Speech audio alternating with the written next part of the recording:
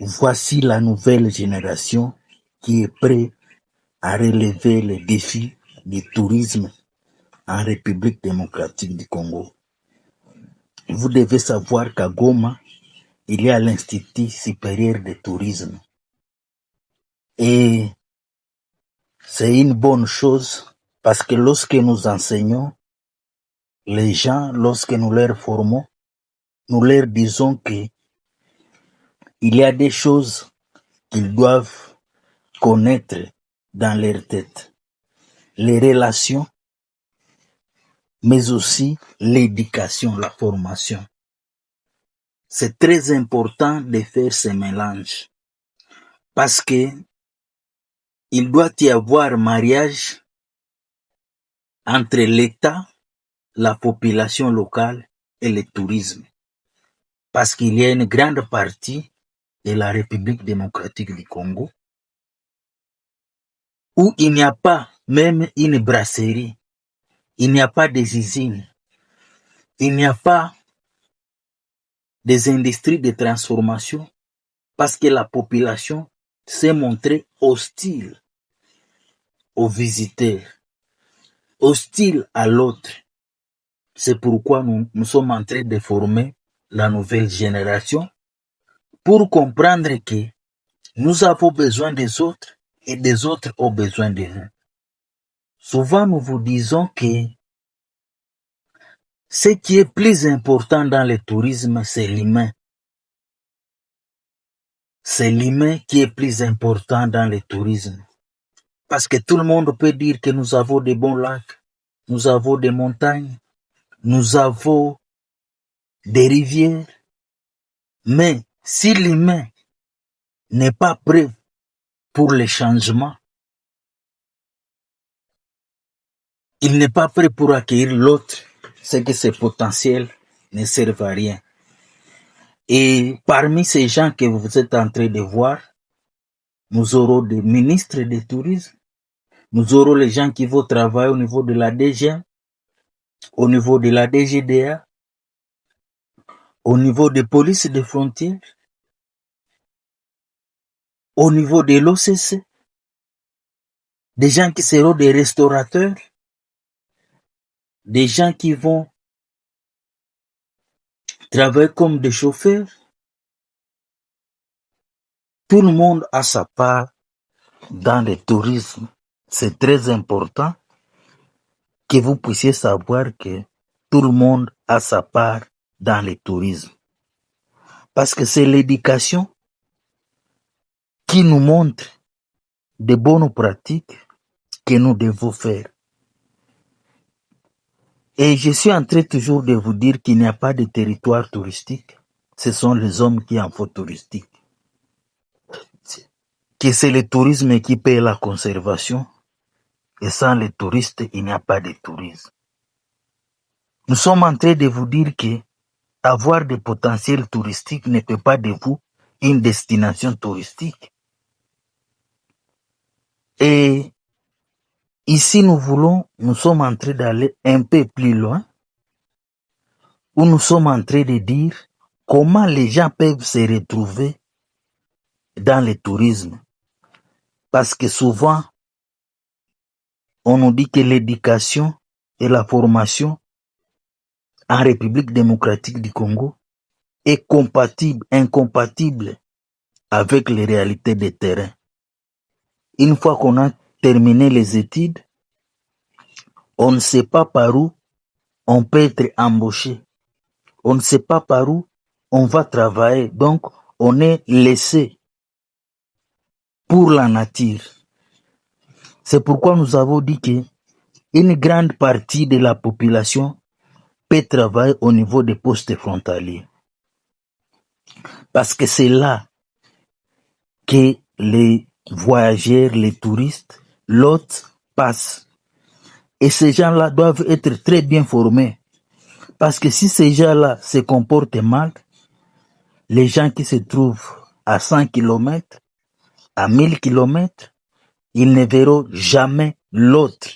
Ils ne verront jamais le touriste venir dans le pays. C'est ceux qui se trouvent au niveau des postes frontaliers qui doivent être plus intègres, plus propres que d'autres.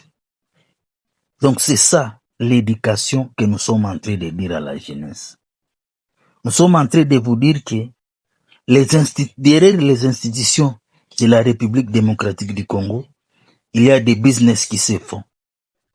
Parce que seulement avec les 165 postes frontaliers, et si chaque poste frontalier a la capacité de faire entrer 1000 touristes par mois, nous aurons 594 millions de dollars qui doit servir à la République démocratique du Congo et non pas à un groupe d'individus.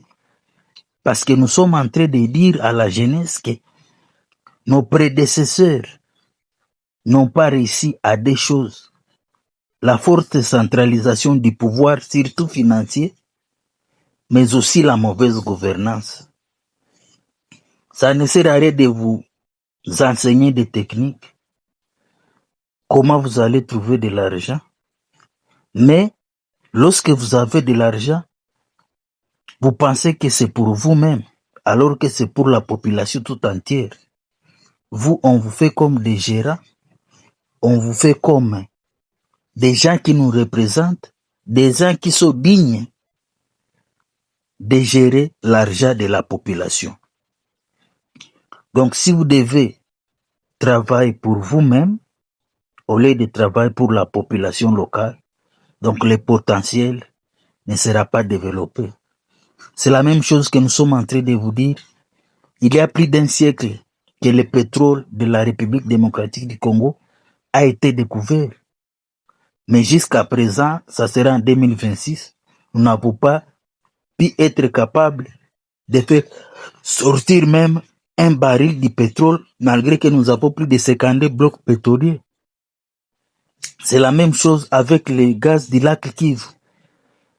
Ça fait maintenant plus d'un siècle qu'on a découvert ces gaz. Mais nous ne sommes pas capables de l'extraire. Qu'est-ce qui nous manque? Est-ce qu'il nous manque des ingénieurs?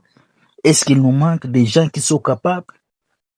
Parce que si notre éducation est conforme à la réalité, cette génération présente doit être capable de transformer le pétrole en essence et à d'autres produits dérivés, les bitumes, les gasoils, les paraffines. Et si nous sommes très bien indiqués, les gaz du lac Kivu peut être transformé en électricité. Malheureusement, sur le terrain, nous sommes incapables. C'est la même chose avec les potentiels touristiques. Nous avons des volcans, nous avons des animaux, nous avons des parcs, nous avons beaucoup de choses que nous devons transformer en argent. Et la première personne qui doit être capable de faire cette transformation, c'est l'humain.